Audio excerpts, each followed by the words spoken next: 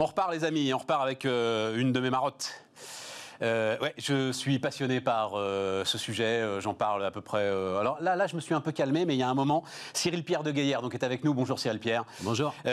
Fondateur donc, de Rocket School. Il y a un moment, j'en parlais quasiment tous les jours, depuis en fait que j'avais eu le plaisir et le bonheur d'animer une rencontre virtuelle évidemment, mais organisée par France Num. Sur donc l'agence qui s'occupe en fait en partie de la digitalisation notamment des TPE, des petits commerces, etc. Sur justement sur ce sujet, sur aujourd'hui essayer d'accélérer notamment la digitalisation des artisans, des commerces, les mettre sur Internet, les aider à faire leur site, les aider à vendre à distance, les aider sur le click and collect. Et l'une des représentantes de France Num, je te raconte le truc très très vite, ça avait fait tilt dans ma tête. Je me dis mon Dieu, si j'avais pas 50 ans, j'aimerais faire ce métier. Me disait, en fait, on voudrait former, et tu vas voir, on voudrait former des couteaux suisses du digital ou du numérique. Et le gars, il est dans un quartier, il est dans son quartier, et il s'occupe de 10, 12, 15 commerçants. Voilà. Et donc, il a son volant de clientèle, il s'occupe de leur site internet, il s'occupe de gérer l'ensemble de leur présence sur les réseaux sociaux, de leur marketing, de l'idée que, mais bon Dieu, si vous n'avez même pas les emails de vos meilleurs clients, qu'est-ce que vous voulez faire le jour où il y a une fermeture, etc. etc. Je me disais, bon Dieu, quel métier génial. Voilà. Et je vois Rocket School et je me dis, tiens, ces gars-là, ils doivent... Tout à fait. Ils doivent former à ce genre de métier. Il y a énormément d'opportunités et on peut parfois voir le numérique comme une crainte, mais on peut aussi voir ça comme une opportunité. Il y a encore des gens qui le vivent comme une crainte. Moi, j'ai pas l'impression là. On le voit un peu moins. On se demande comment faire, mais je crois que chacun a compris qu'il fallait plonger dedans, c'est ça. C'est peut-être ça, effectivement. Les gens se demandent comment faire. Et Rocket School, nous, on forme justement sur ces métiers d'acquisition de clients. Parce qu'en France, on est connu pour avoir les meilleurs ingénieurs, on sait produire. Et il y a énormément, avant j'étais directeur général adjoint d'Epitech, on fournit énormément de profils. Epitech, c'est une des grandes écoles du digital historique. Voilà. Tout à fait. Une excellente école. On forme quasiment 5000 personnes par an. Enfin, c'est une très belle école. Et en fait, en France, on a de quoi produire. On a des informaticiens, on a des ingénieurs, on sait produire. Mais quand on parle d'un bon vendeur, à qui on pense? Est-ce qu'on pense à un Français? Non, on va penser à un Américain. Les Américains sont connus pour le business. Nous, en France, on n'est pas connus pour ça. Et du coup, il y a une opportunité de dingue, parce qu'en fait, il y a 10 ans, la façon dont ils ont fait le commerce aux États-Unis a beaucoup évolué. Et aujourd'hui, les startups américaines et les belles startups françaises utilisent ces méthodes. Donc, on a des méthodes complètement nouvelles.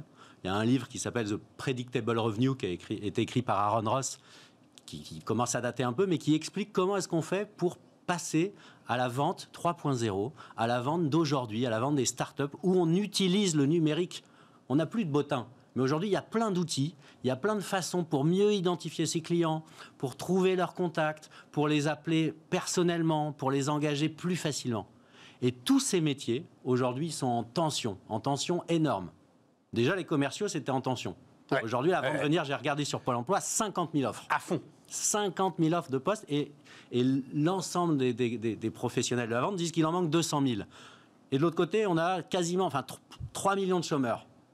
Mais je trouve ça horrible de me dire que d'un côté, il y a des gens qui pourraient bosser, qui souvent ont envie de bosser. De l'autre côté, il y a des boîtes qui n'arrivent pas à recruter.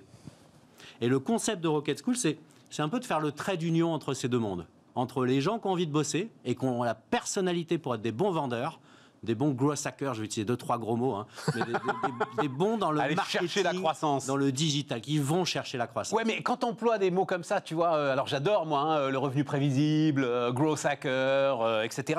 Mais alors pour le coup, ça peut un petit peu inquiéter. Celui qui est assis, parce que ce que je comprends moi, et c'est super intéressant, c'est qu'en fait, et alors on est au cœur du truc, c'est-à-dire, alors tu dis toi 3 millions de chômeurs, ok. Moi, je pense plus à les cohortes de gamins qui sortent aujourd'hui de l'enseignement. Donc, c'est combien on dit allez, 150, 200 000 gamins qui sortent, pas forcément décrocheurs d'ailleurs, mais avec des formations à la noix, quoi, voilà, et qui ne sont pas en lien avec le marché du travail. Et toi, ton idée, c'est des cours en mode commando, c'est ce que je comprends bien. Ce qui est d'ailleurs Rocket School, ça tombe très tôt. C'est ça, c'est 3 mois de cours. C'est l'idée. En fait, on a 3 étapes. La première, c'est identifier les profils qui ont toutes les chances de réussir, et on le fait avec des tests de personnalité. Soft skills, ça c'est très à la mode. Tout à fait, ce que nos amis américains appellent les soft skills. Si t'as pas de diplôme, c'est pas grave. Tout à fait. Exactement. Et ce qui fait que dans nos profils, on a autant des bac -3 J'ai un légionnaire qui avait 10 ans d'expérience, qui avait que le brevet, qui a fait la formation, qui est en CDI aujourd'hui, comme un vulcanologue qui a un bac+8 et qui ne trouve pas de boulot. Donc on identifie sur la personnalité des gens qui ont toutes les chances de réussir. En plus, alors, que ce soit le légionnaire ou le vulcanologue, à la machine à café, ça doit être top quand même. C'est-à-dire, les deux, ils ont des histoires à raconter. Des belles histoires à raconter. Je referme la parenthèse. Vas-y, continue. Et en fait, grâce à la personnalité, on va être capable, on utilise un outil qui s'appelle Assess First, on est capable de savoir, on va chercher pour des commerciaux des gens qui aiment bien aller vers les autres. C'est ce que tu appelles ton algorithme anti-chômage, là ? Une partie de l'algorithme anti-chômage, tout à fait. Et basé sur une société qui s'appelle Assess First, qui est un outil qui est très bien, qui permet de faire du recrutement prédictif. Et donc ça, c'est des gars qui en fait ont toutes les capacités pour s'intégrer dans des équipes, pour bosser. Simplement, il n'y a pas eu la bonne rencontre au bon moment. Voilà, ça s'est pas fait. Alors le gros problème dont on parlait tout à l'heure, c'est en fait les gens qui sortent même d'études. Aujourd'hui, c'est quoi les métiers que vous connaissez ? On parle de growth hacker. Personne ne va connaître. Et growth hacker, c'est un hybride entre le geek et le marketing qui va être au service de la croissance de l'entreprise. Mais il n'y a pas grand monde qui connaît. Et surtout pas quelqu'un qui a 22 ans et qui a fait un cycle classique. Donc le problème, c'est qu'on ne connaît pas ces métiers. Et grâce à la personnalité, nous, on est capable de lui dire « Ah, tu vois, toi, tu aimes bien aller vers les autres, tu es persévérant, tu pourrais faire un bon commercial, un business développeur. » Mais les gens ne connaissent pas ce métier.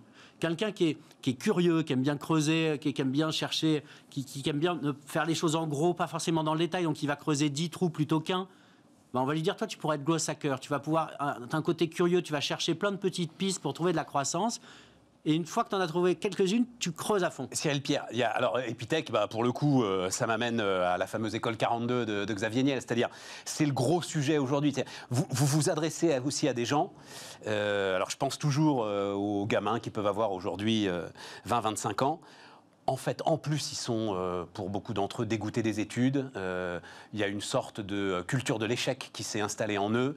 On leur a dit qu'ils étaient bons à rien, globalement, ou on leur a fait comprendre qu'ils étaient bons à rien. Donc, il faut lutter contre tout ça, quand même. C'est vrai. Et c'est pour ça on est sur une approche où, typiquement, on a des locaux, les locaux de Rocket School, dans chaque ville où on est dans des incubateurs. On est entouré de start-up. Ce qui fait que des gens à qui on aura dit tout le temps, tu n'as pas le droit de réussir, ils vont entendre des gens dire, tiens, j'ai levé, tiens, j'ai vendu un nouveau client. Et ils entendent ça toute la journée. Ce qui fait que pendant 3 mois, donc ce stage commando, avant qu'ils arrivent en entreprise, ils entendent que des gens dire, on réussit. On travaille avec l'incubateur HEC. Donc, ils bossent pour des startups d'HEC. Donc, sur leur CV, ils mettent HEC. On les fait bosser avec Google. Ils ont des certificats Google. Donc, ces gens qui, avant, n'étaient pas forcément très visibles, deviennent visibles. 3 mois de commando, et après, tu les plonges tout de suite dans l'entreprise. C'est ça, en alternance. On a 2 possibilités. On a soit CDI, 15% de nos profils. Soit au bout de 3 mois déjà, les mecs, ils alors CDI, c'est que 15% parce que c'est quand même, on arrive sur des jobs qui sont sur des salaires entre 35 et 45. 15%, c'est beaucoup au bout de 3 mois de formation, dis donc. Du coup, il faut que ce soit des gens costauds déjà. Ouais, c'est ça, d'accord. Donc on a des gens costauds à qui, en fait, on rajoute une petite couche qui étaient peut-être déjà des bons commerciaux, on rajoute la couche numérique, 3.0. Okay. Et ceux qui sont un peu moins à l'aise, on leur laisse, ils sont 4 jours sur 5 en entreprise, donc c'est beaucoup de startups, mais pas que des startups qui veulent développer leur croissance, qui leur font confiance. Mais l'intérêt de l'alternance, c'est double. Pour la personne qui se forme, du coup, la marche, elle est moins haute qu'un CDI. Ils ne risquent pas de se faire virer au bout de 2 mois parce qu'on leur demande de faire 20 000 € de marge. Il n'y a pas de doute. Donc 1 an. Non, mais ça, alors... L'alternance est aujourd'hui, mais ça, il y a ça aussi, je crois que tout le monde a compris. Apprentissage, alternance, c'est vraiment notamment pour l'ensemble de ces populations qui parfois ont été un peu éloignées de l'emploi, c'est vraiment des passages extraordinaires pour revenir sur l'entreprise. J'ai vu dans l'ensemble de ce que tu racontes. Donc, alors attends, mais la question, qui paye ? Qui paye ? Alors, ce qui est très bien, par rapport à une école classique, ce n'est pas les étudiants qui nous payent. Donc nous, on ne va sélectionner que des gens qui ont vraiment toutes les chances de réussir. Et ensuite, qui paye ? On a Pôle emploi qui nous aide, qui est un super partenaire pour prendre des gens qui étaient au chômage, qui nous aide à les sourcer, qui nous aide à leur parler des nouveaux métiers, et ensuite, qui va financer leur formation de 3 mois. Et après, on passe sur un modèle d'alternance où finalement, c'est des opérateurs de compétences. C'est l'entreprise indirectement. L'entreprise qui paye. Ouais, absolument.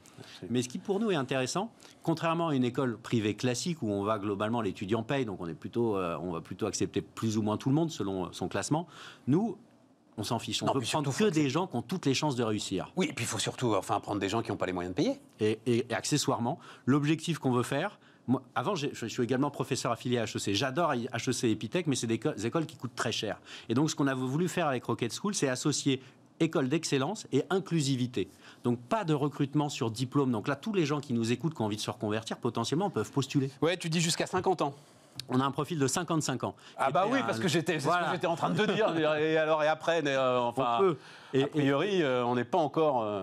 Et clairement, ce profil, Joseph, qui est à Lyon, il galérait à trouver du boulot parce que c'était un commercial, mais un peu vieille école. Et on lui a fait 3 mois de formation. Là, il est directeur d'agence. Cyril, vous êtes très nombreux sur ce créneau. Alors, il y a ceux qu'on connaît depuis très longtemps, notamment Simplon, hein, alors lui qui est encore plus dans l'inclusion d'ailleurs. Hein, mais vous êtes très nombreux sur ce créneau.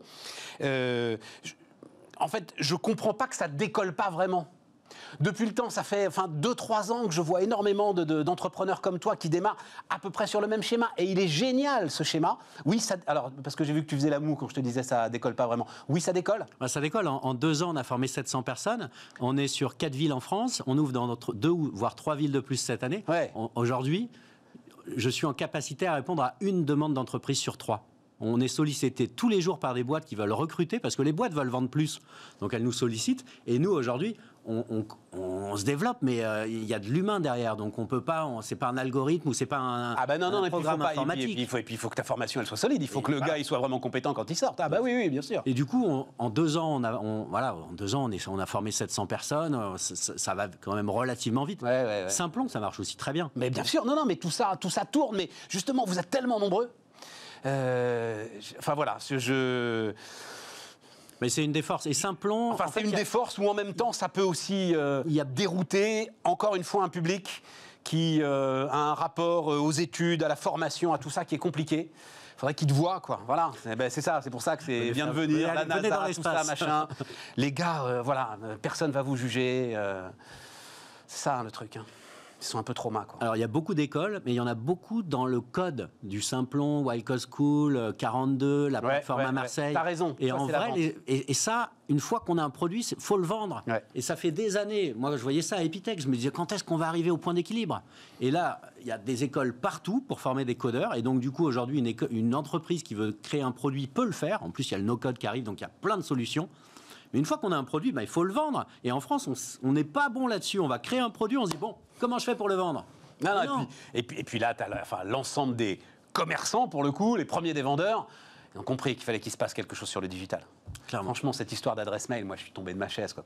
Mais je crois que je ne sais plus quelle était la proportion que nous donnait France Num, mais plus de la moitié, en fait, des commerces, on passe simplement l'adresse mail de gars qui voient tous les jours, c'est-à-dire de leurs meilleurs clients. Et ils savent pas le faire. À aucun moment, on dit, au fait, donnez-moi votre adresse mail, je vous enverrai une petite promotion, machin. Non, ils savent pas. C'est pourtant pas compliqué. Du coup, il y a un boulevard. Ah bah du coup, il y a un boulevard. Bon, Rocket School, donc, et comme tu le disais, hein, Lyon, Marseille, Nantes, enfin absolument partout. Allez voir ça si ça vous intéresse. Et j'espère que ça va vous intéresser. On se retrouve dans un instant, c'est Bismart.